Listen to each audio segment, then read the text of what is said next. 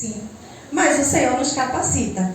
Amém? Então, quando alguém te convidar, diga: eis-me aqui, porque o Senhor faz o resto.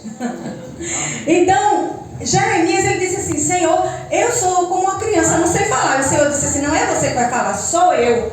Olha, Jeremias, o que é que você está vendo? Aí, Jeremias olhou e disse: eu estou vendo uma vara de amendoeira. O Senhor disse assim: muito bem, você falou corretamente, e eu venho cumprir com a minha palavra. Sabe o que é que Deus estava dizendo para Jeremias? Diga só o que eu estou te mostrando. Aleluia. Não fale nem a mais nem a menos. Não acrescente nem um tio nem uma vírgula. Fale só o que eu estou te mostrando, o que eu te revelo, que vai ficar tudo bem e vai dar tudo certo. É sobre isso, irmãos. A gente não precisa inventar nada, né? Eu gosto de dizer, a roda já existe, a gente não precisa inventar a roda. A palavra de Deus, ela já existe. Ela é poderosa, a gente não precisa inventar nada para que ela atue nos corações. Para que ela encontre guarida nos corações e faça a obra necessária em nossos corações. Então, profeta Elias foi um desses homens que eu admiro muito e que eu gosto de estudar sobre a vida dele. E foi ele que eu escolhi nessa noite por isso também. Porque eu vou começar relatando o texto base dessa palavra que eu vou trazer para os irmãos, que nós vamos compartilhar, é no capítulo 19, mas eu vou começar falando no capítulo 17. Eu vou trazer um pouquinho antes, para a gente chegar no capítulo 19. Então, 1 Reis, capítulo 17, relata Elias predizendo uma grande seca. Naquele momento em Israel, ia acontecer uma grande seca. E Elias foi o profeta escolhido pelo Senhor para anunciar isso para Israel. E seca, irmãos, água era algo muito precioso naquele tempo. Se hoje já é, imagine naquela época.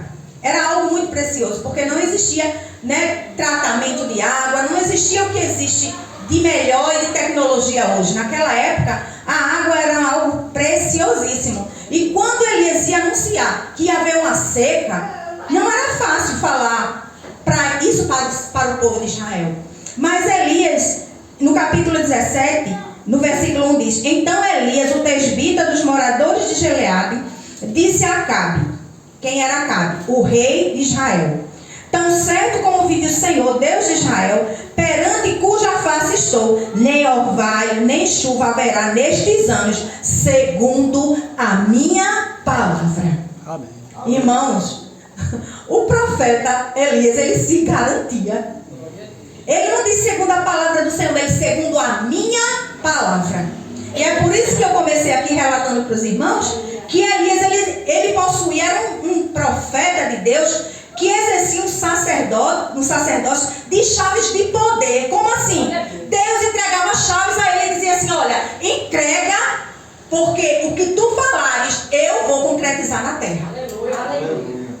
E aí o profeta Elias, no capítulo 17, começa falando isso para quem, irmãos? Não foi para a mulher em casa, não foi para os filhos sentados assistindo televisão, foi para o rei de Israel. Veja tamanha ousadia desse profeta, desse homem de Deus. E aí ele diz que vai ter chuva a Acabe. E quando ele diz isso, ele sai de cena. O Senhor o orienta a ir para o ribeiro de Querite, porque ali haveria água para o sustentar. E o Senhor não proveu só água para Elias, não. O Senhor mandou pão e carne fresquinha todos os dias. E quem levava? Corvos. Aleluia. Corvos eram escolhidos pelo Senhor para levar para o profeta ali, enquanto ele viveu ali às margens do ribeiro de Querite. O Senhor sustentava o seu servo, o profeta dele. Irmãos, a palavra de Deus diz que Elias foi sujeito às mesmas provações e tentações que nós enfrentamos. Nós somos humanos igual o profeta Elias. O profeta Elias foi tão humano quanto nós. Então podemos confiar nesse Deus que mandou a provisão para o profeta Elias. Ele também tem a provisão necessária para nós. Amém. Não só de pão e de carne, mas de tudo quanto nós precisamos. Amém. Todas as nossas necessidades humanas, todas as nossas necessidades psicológicas, emocionais, ou qualquer outro tipo de necessidade, pode ser suprida pelo nosso Deus.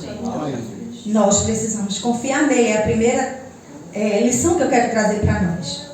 E aí Elias, depois de um determinado tempo, sendo sustentado por corvos, comendo pãozinho, comendo carninha, o Senhor dá ordem para Elias: agora você vai sair do ribeiro de Querite porque seca, e você vai agora para Sarepta. E Elias foi todo animadinho, eu imagino, né? Se Deus mandou pão e carne por corvos para mim, o que é que ele tem? O que é que tem para mim esperando em Sarepta? E o que é que Elias encontra lá? Uma viúva catando gravetos para fazer a última refeição para ele e o filho. Ela estava na pior. Ela estava enfrentando uma grande escassez. E aí, quando Elias encontra ela e vê ela fazendo aquilo, pergunta o que ela está fazendo, ela diz: eu estou catando aqui os gravetos para fazer fogo e fazer a última refeição para mim e para o meu filho. E vamos comer e depois morreremos. Ela estava completamente desesperançada. Não havia esperança mais naquela mulher. E aí Elias diz assim: tá bom, pode fazer. Primeiro ele pede água. Ela traz água para ele, que já era algo muito precioso, como eu falei, era tempo de seca, lembra? E aí ela dá água para ele com boa vontade. Mas quando ele pede comida, aí ela dá o ré. Ela, como assim? Eu acabei de dizer para esse cara que eu só tenho essa comidinha para mim, porque meu filho está querendo tirar da boca da gente para dar para ele. Ela pensou: como assim?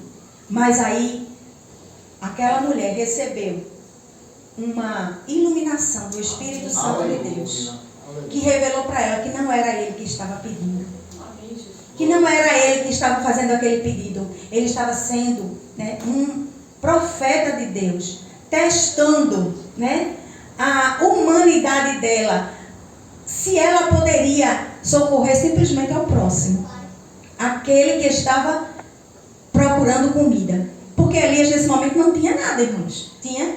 Não. Ele estava realmente necessitado. Ele não fez isso simplesmente porque ele era o profeta. Ele fez porque ele estava precisando de suprir as necessidades humanas dele. Entende? E aí, aquela mulher percebe isso e ela diz: olha, eu não posso fazer isso, porque eu só tenho esse daqui. Ele diz: não, mas faça. Faça aí primeiro para mim. Tem um detalhe, não é só me dar, não. É me dar primeiro. Ele pediu o quê? A primícia do